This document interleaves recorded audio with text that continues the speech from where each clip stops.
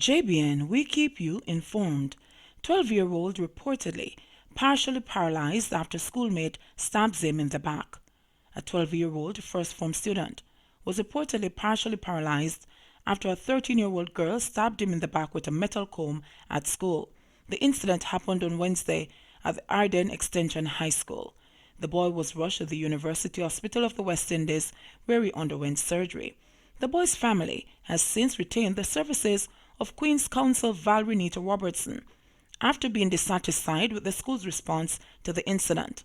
According to reports on Wednesday, the grade 7 student and the older girl were involved in an altercation, but the older girl reportedly became angry as a result of something the younger boy said and attacked him with the metal comb. Queen's Counsel Nita Robertson said the older girl stabbed the boy after he attempted to walk away from the altercation. With the metal tail of the comb sticking from the boy's back, he was rushed to the University Hospital of the West Indies, but efforts to remove the metal object were delayed by the hospital. The hospital reportedly told the father he had to pay for a scan and to purchase a solution that was needed to facilitate the surgery. More than $150,000 was reportedly paid over before the surgery was done.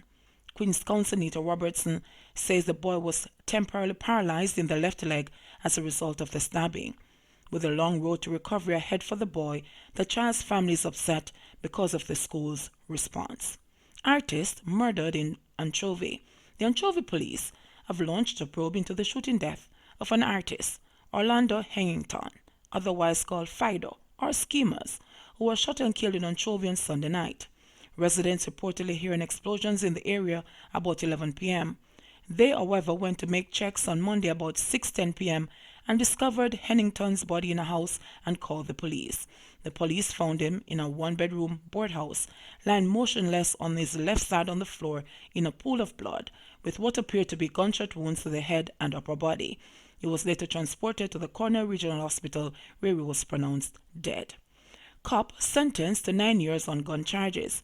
A member of the constabulary was sentenced on Thursday to 9 years behind bars after being found guilty of illegal possession of firearm and ammunition in the gun court. 53-year-old Corporal Devon Miller was taken into custody after being caught with an AK-47 assault rifle, a Taurus pistol, and 15 rounds of ammunition. He was arrested following a snap raid by members of the Constabulary's Counter-Terrorism and Organized Crime Investigation Branch, CTOC, last October. It was suspected Corporal Miller was transporting the guns for a notorious Portmore St. Catherine-based umbrella gang. On October 2 last year, 53-year-old Corporal Devon Miller was taken into custody by his colleagues. Reports are members of CTOC were acting on information when Miller's car was stopped on Myers Lane in Newlands, St. Catherine. A search of the car turned up an AK-47 assault rifle, a Taurus pistol, and 15 rounds of ammunition. 1 year later, Miller was found guilty in the gun court.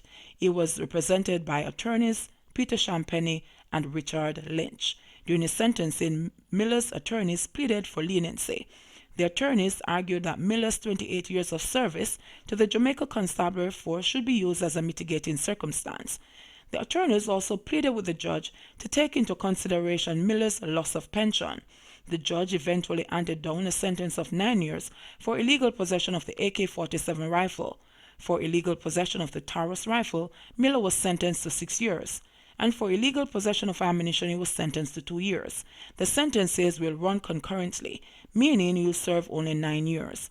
When Miller was taken into custody, it was suspected he was transporting weapons for the notorious umbrella gang that operated in the Newlands section of the parish.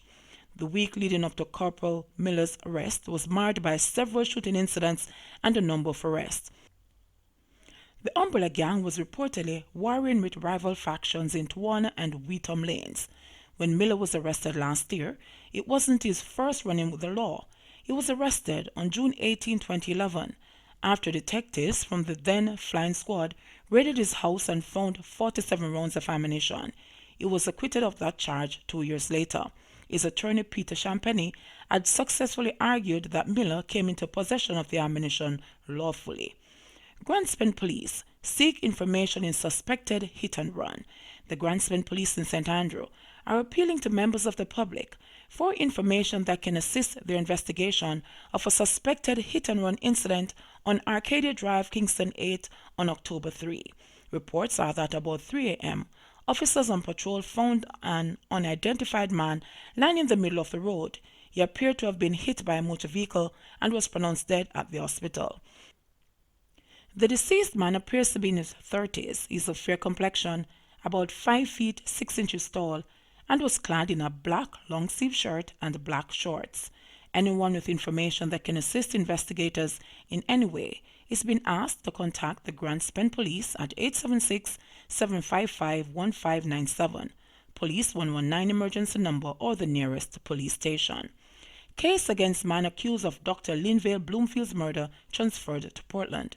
Simeon Sutherland, who is charged with the murder of former Portland Eastern Member of Parliament Dr. Linville Bloomfield, is to stand trial in the Portland Circuit Court on October 28. The decision was made Thursday in the Portland Parish Court. Mr. Sutherland's attorney, Peter Champagny, was successful in having his $800,000 bail extended. Champagny is expected to request that the trial be held in Kingston. He has argued that his client would not get a fair trial in Portland. Dr. Bloomfield was found murdered at his Passy Gardens home in Portland on February 2. The body had stab wounds. Baby thief gets 3 years 4 months at hard labor. Peter Gay French, the woman who pleaded guilty to stealing a day-old baby from the Victoria Jubilee Hospital in Kingston on January 9, has been sentenced to 3 years and 4 months in prison at hard labor. Her sentence was handed down in the Supreme Court yesterday. French, who pleaded guilty to child stealing on July 18, 2019, was arrested on February 5 when she turned up at the Registrar General's Department in Twickenham Park, St. Catherine, attempting to register a baby. A subsequent DNA test confirmed on February 7 that the baby was stolen from the Victoria Jubilee Hospital in Kingston and belonged to Sinclair Hutton and his common-law wife, Suzette White. Prior to the matter being transferred to the Supreme Court, it was said in the Kingston and the St. Andrew Parish Court on April 25 that French lurked at the hospital for almost a month before stealing the child. Many changes still and omissions from PNP Shadow Cabinet. There are no places in Opposition Leader Dr. Peter Phillips' 20-member Shadow Cabinet for a number of members of the outgoing Spokesperson Council, including Dr. Dayton Campbell, Ian Hayles, and Dr. Angela Brown Burke, who all sided with Phillips' challenger Peter Bunting in the bruising presidential race that recently threatened to split the People's National Party PNP. Immediately following the presidential election, there was speculation about who would be retained and who would be sacked from the Shadow Cabinet. However, Bunting, who lost by 76 votes in the Special Delegates Conference on September 7, has been retained in the Council of Spokespersons, but with a new portfolio assignment. He is now the spokesman on education and training. Bunting, a well-established businessman and financial manager, previously shadowed industry, commerce, and competitiveness. Campbell, the Member of Parliament for North West St. Anne, was previously the spokesman on health. He was a campaign manager for Bunting and an outspoken critic of Phillips on the campaign trail. Brownberg, the MP for South West St. Andrew, was named as Bunting's campaign director. She previously shadowed the local government portfolio, which has been given to Phillips' campaign manager, Natalie Neater. The MP for Western Hanover, Ian Hayles, who was the party spokesman for water and climate change, was also an outspoken critic of Phillips during the presidential election campaign. Apart from Bunting, 2 senior party men who supported him have been retained in the Shadow Cabinet. They are South St. Andrew MP Mark Golding, who will continue as the spokesman on finance and the public service, and Eastern St. Thomas MP Dr. Fenton Ferguson, who previously shadowed the agriculture portfolio but has now been given responsibility for water, environment, and climate change. Phillips' Shadow Cabinet has 20 shadow ministers, plus an additional 6 persons who will shadow parts of some of the same portfolios for which the senior spokespersons have overall responsibility. A statement from the PNP on Thursday announcing the appointment of the Shadow Cabinet did not specify whether those individuals are deputy spokespersons. The new arrangements involve some of the new candidates who are not members of Parliament, providing them with an opportunity to get policy development experience and strengthen political advocacy, said the statement quoting Phillips. A basic consideration guiding the selection of the new Shadow Cabinet was not to include persons who would not be candidates in the next general elections. Another consideration was to enable younger parliamentarians to gain experience, Phillips said.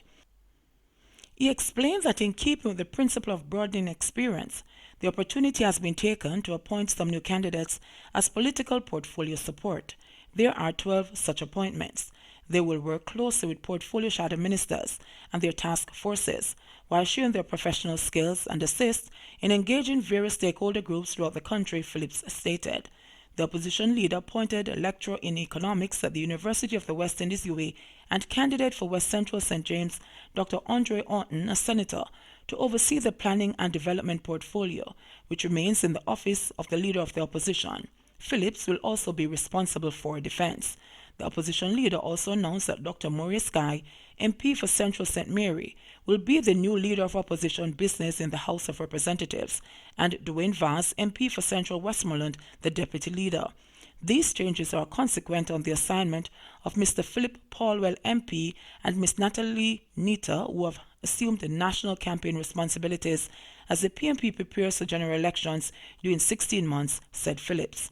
He said the Ministry of Social Transformation, Community Development and Culture, to which Damon Crawford has been assigned, is geared at developing new approaches to achieve far-reaching cultural and social changes that are required to restore harmony among families and communities. Phillips also announced the appointment of former Permanent Secretary in the Office of the Prime Minister and the Ministry of Education, Elaine Foster Allen, as the new Shadow Cabinet Secretary. Apart from being opposition leader, Phillips is also responsible for planning, development, and defense. Fitz-Jackson will continue to shadow national security, and Lisa Anna will continue to speak on matters relating to foreign affairs and foreign trade. The Shadow Cabinet is rounded out as follows: Planning, Development and Defense, Dr. Peter Phillips; Finance and the Public Service, Mark Golding; National Security, Fitz-Jackson; Justice and the Leader of Opposition Business in the Senate, Senator Donna Scott Motley; Teacher Development and Stakeholder Relations, Michael Stewart; Public Service, Senator Lambert Brown; Planning and Development, Senator Dr. Andre Orton; Health and Wellness, and the Leader of Opposition Business in the House of Representatives, Dr. Maurice Guy; Industry, Competitiveness and Global Logistics, Anthony Hilton; Tourism, Dr. Wickham McNeil; Transport and Works, Michael Phillips; Labour, Social Security and Special Abilities, Horace Daly; Social Security and Special Abilities, Dr. Floyd Morris; Mining and Energy, Philip Paulwell; Science, Technology and Information, Julian Robinson; Land and Housing, Senator Sophia Fraser-Binns; Agriculture and Rural Development, Victor Wright; Social Transformation, Community Development and Culture, Senator Damon Crawford; Youth, Gender Affairs, Entertainment and Sports, Denise Daly; Youth and Entertainment and Deputy Leader of Opposition Business in the House, Dwayne Vaz. The new team includes a number of fresh faces who will shadow existing government ministries and engage the country in the PNP's new policy solutions prior to the next general elections, the statement said. JBN, we keep you informed. Please remember to like, subscribe, share, leave us a comment, and click the notification bell to receive our daily news items.